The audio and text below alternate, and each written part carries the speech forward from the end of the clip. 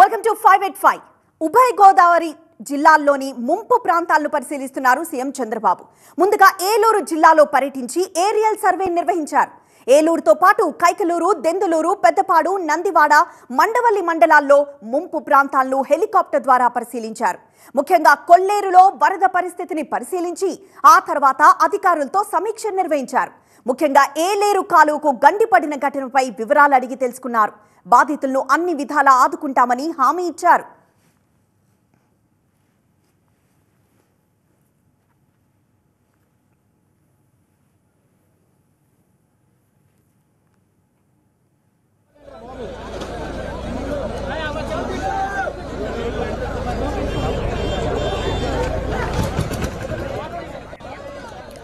మరింత సమాచారం మా ప్రతినిధి ఈశ్వర్ అందిస్తారు. ఈశ్వర్,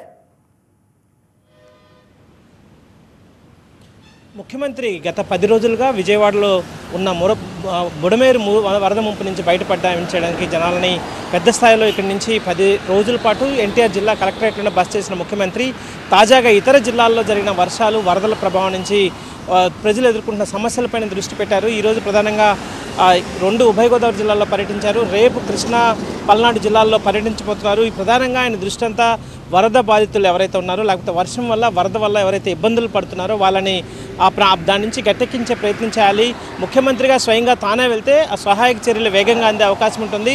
అదే సమయంలో మరింత వేగంగా బాధితులకు న్యాయం జరిగే అవకాశం ఉంటుందన్న ఉద్దేశం ముఖ్యమంత్రిలో కనిపిస్తుంది. అందుకే ఈరోజు ఉభయ గోదావరిలో పర్యటించారు. ప్రధానంగా కొల్లేరుకు సంబంధించి కొల్లేరు వరద ప్రాంతాలు చాలా ఉన్నాయి. అక్కడ ప్రధానంగా ఏలూరు పట్టణంలో కూడా ఈ సమస్య ఉంది. ఏలూరుకు సంబంధించిన శనివారపేటలో తమ్మిలేరుకు సంబంధించిన ఆ కాలువ పొంగి మొత్తం ఆ రోడ్ అంతా బ్లాక్ అయింది. అక్కడ రాకపోకలు ఆగిపోయాయి. ఈ నేపథ్యంలో అక్కడ కాజువే నిర్మిస్తానని హామీ ఇచ్చారు. అలాగే మిగతా ప్రాంతాలు ఎక్కడైతే పూడిక తీయని ప్రాంతాలు, చాలా డ్రైన్లు ఉన్నాయి. ఆ డ్రైన్లో పూడిక తీయకపోవడం వల్ల కొల్లేరు వరద పెద్ద ఎత్తున సంభవిస్తోంది. దీంతో ఏటా బుడమేరు వచ్చినప్పుడు కావచ్చు, లేకపోతే ఏటా వర్షాకాలంలో కొల్లేరుకి సంబంధించిన సమస్య ఎదురవుతోంది. దీంతో ఇబ్బందులు ఎదురవుతున్నామని ఆ ప్రాంత రైతులతో స్థానికంగా ముఖాముఖి నిర్వహించారు ముఖ్యమంత్రి. వాళ్ళ చెప్పిన బాధల్ని విని ఖచ్చితంగా వాటికి పరిష్కారం ఇచ్చేందుకు అక్కడికక్కడే కొన్ని వరాలను కూడా ప్రకటించారు. ఎక్కడైతే తమ్మిలేరు పొంగి ప్రవహిస్తోందో అక్కడ కాజ్వే నిర్మించడానికి శనివారపేటలో దాదాపు 15 కోట్ల రూపాయలను మంజూరు చేస్తున్నట్లు అక్కడే ప్రకటించారు. అదేవిధంగా పెద్దపాడులో సంబంధించి డ్రైన్ల మరమ్మతుకు సంబంధించి, డ్రైన్ల నిర్వహణకు సంబంధించి తక్షణమే నిధులు విడుదల చేస్తున్నట్లు ప్రకటించారు.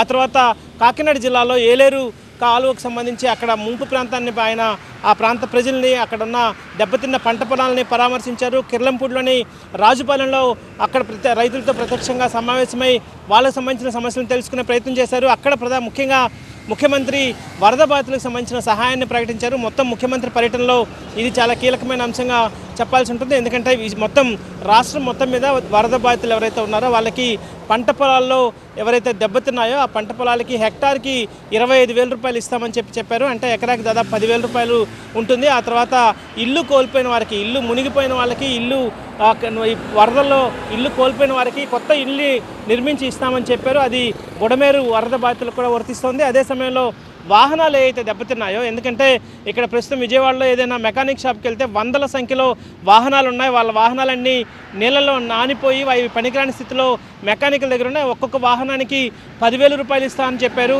సో ఖచ్చితంగా పెద్ద రిలీఫ్గానే దీన్ని చెప్పాల్సిన అవసరం ఉంటుంది. బాధితులందరికీ ఇల్లు కోల్పోయిన వారికి ఇల్లు ఇవ్వడం, అలాగే ప్రతి వాహనాన్ని మరమ్మతుకి సంబంధించి 10,000 ఇవ్వడం, అలాగే దెబ్బతిన్న పంట పొలాలకి ఎకరాకి 10,000 రూపాయలను ఇవ్వడం, వీటితో పాటు ఇతర ఆర్థిక సహాయాన్ని అందించే అవకాశాన్ని కూడా ముఖ్యమంత్రి పరిశీలిస్తా అని చెప్పారు.